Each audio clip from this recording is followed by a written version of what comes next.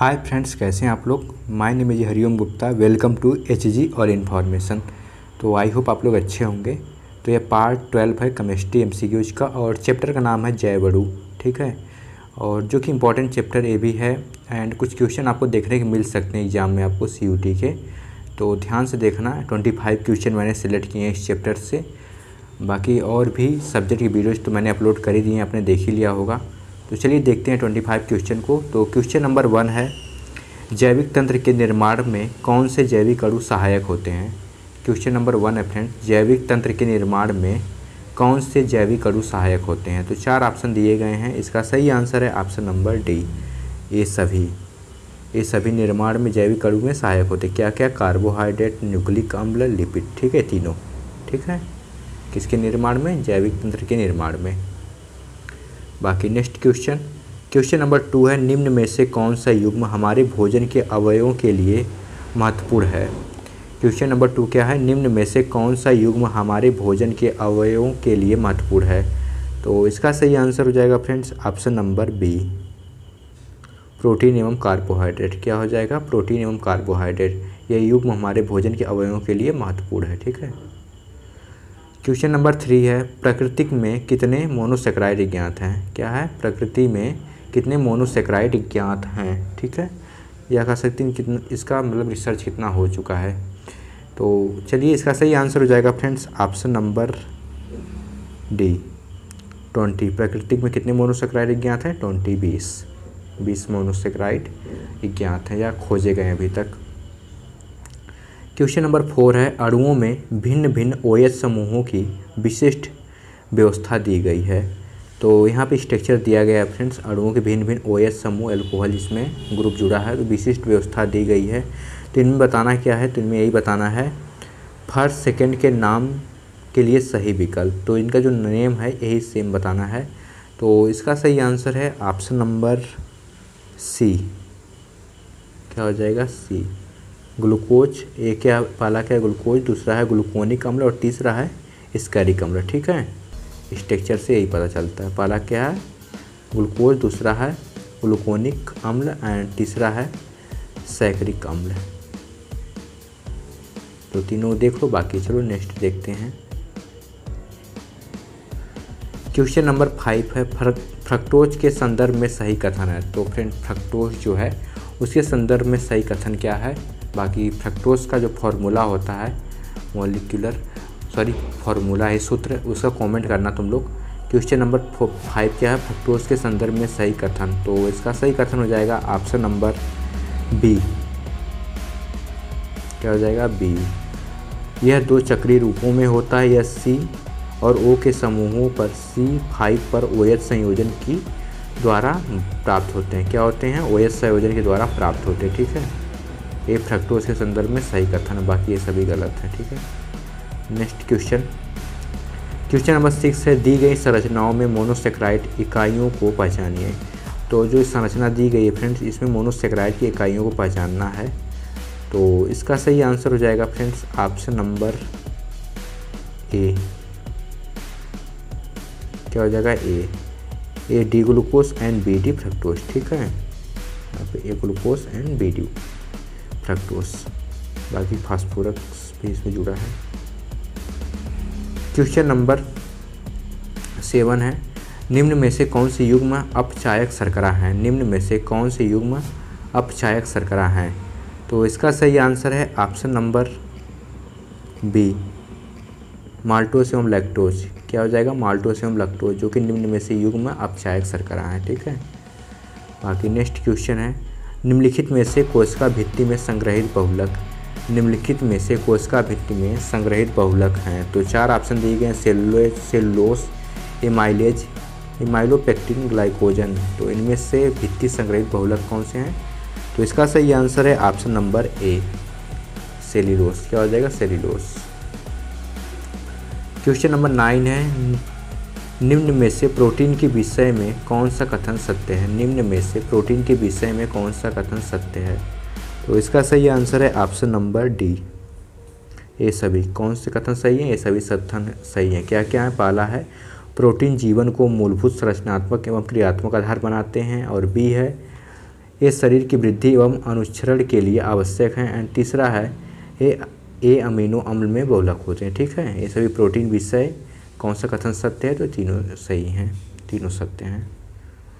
Question number 10 है, निम्न में से कौन से अमीनो अम्ल में फेनिल OH समूह होता है? निम्न में से कौन से अमीनो अम्ल में फेनिल या OH समूह होता है? कभी फेनिल भी बोल सकते हैं फ्रेंड्स। यहाँ पे फेनिल दिया है, OH समूह होता है।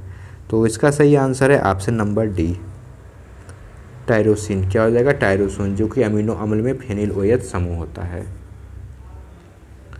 क्वेश्चन नंबर 11 है, एमिनो अम्ल ज्विटर आयन के रूप में होते हैं। इस तथ्य के अनुसार pH बराबर 4 पर ग्लाइसिन की संरचना क्या है?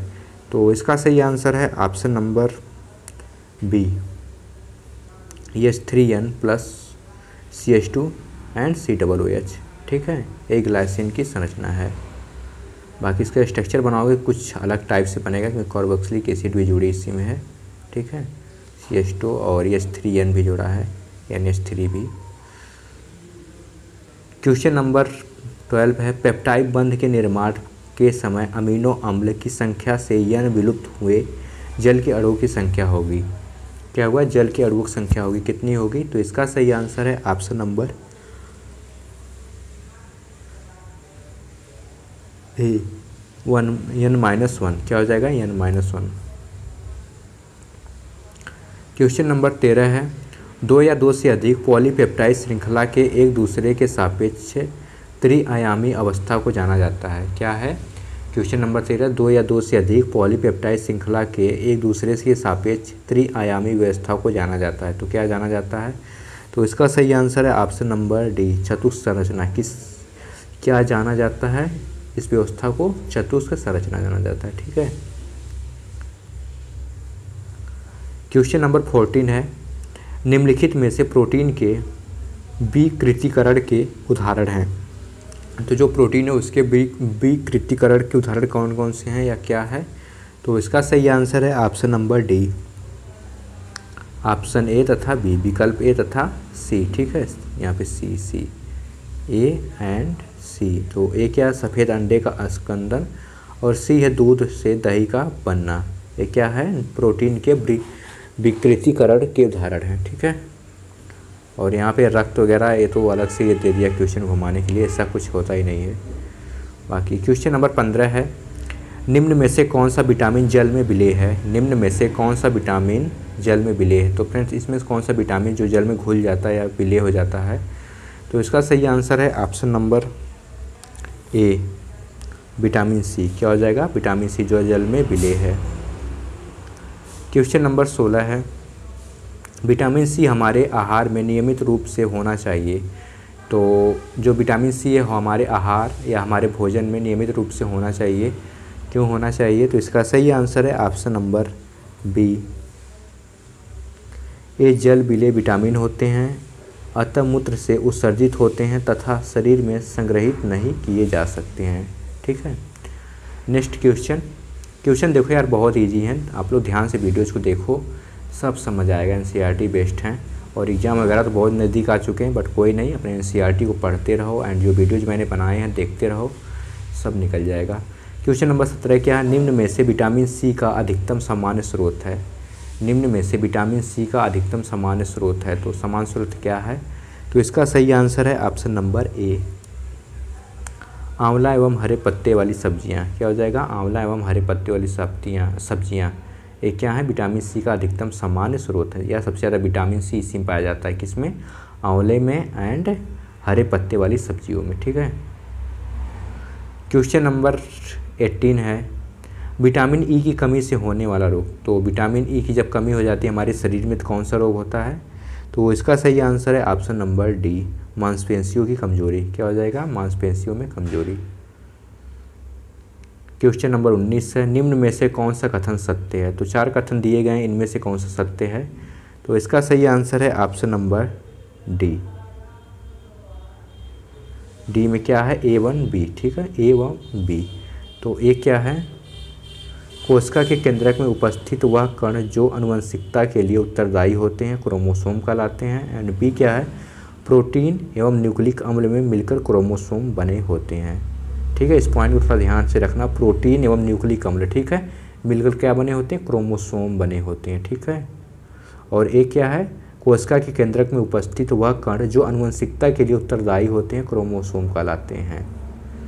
ठीक है, नेक्स्ट क्वेश्चन, क्वेश्चन नंबर 20 है, निम्न में से कौन से जेडी वाटसन तथा एफ क्रिक द्वारा खोजा गया था। निम्न में से कौन सा जेडी वाटसन तथा एफ क्रिक द्वारा खोजा गया था।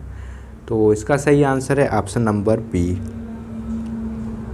सॉरी इसका सही आंसर ऑप्शन नंबर सी है। ठीक है, वाटसन क्रिक द्वारा ना, क्या हो जाएगा, वाटसन क्रिक, इन्होंने क्या खोजा था, किसका मॉडल प्रस्तुत किया था, डीएनए के द्विकुंडली संरचना होती है, यही इन्होंने एक ज्ञात किया था या पता लगाया था या खोजा था। ठीक है, ऑप्शन नंबर सी सही है। क्वेश्चन नंबर 21 है, डीएनए एवं आरएनए का पूरा रूप क्रमशः है। या ये बता सकते हैं, क्वेश्चन में पूछा है रूप क्रमशः, तो घुमाने के लिए फुल फॉर्म बताना है सीधे सीधे डीएनए और आरएनए का। तो इसका सही आंसर है फ्रेंड्स ऑप्शन नंबर ए, डीएनए का हो जाएगा डीऑक्सीराइबोन्यूक्लिक अम्ल।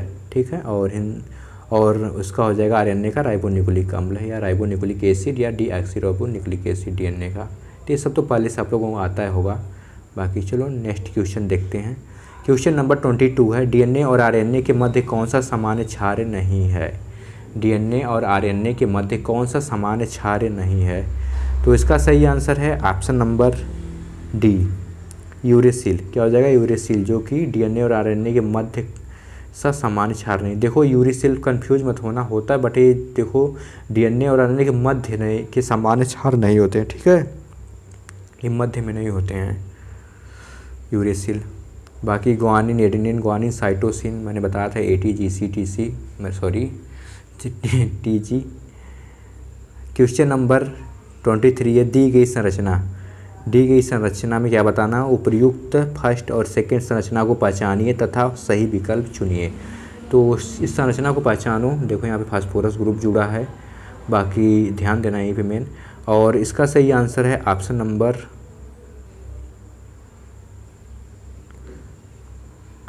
सी। क्या हो जाएगा, option number C, nucleoside and nucleoside. ठीक है, बाकी आप लोग देख लो, ऑप्शन नंबर सी सही है। देखो ऐसे क्वेश्चन तो आते बहुत कम है, बट आ गया अगर सिलेबस में तो देख लो। क्वेश्चन नंबर 24 से, दिए गए चित्र के विषय में कौन सा कथन सही है।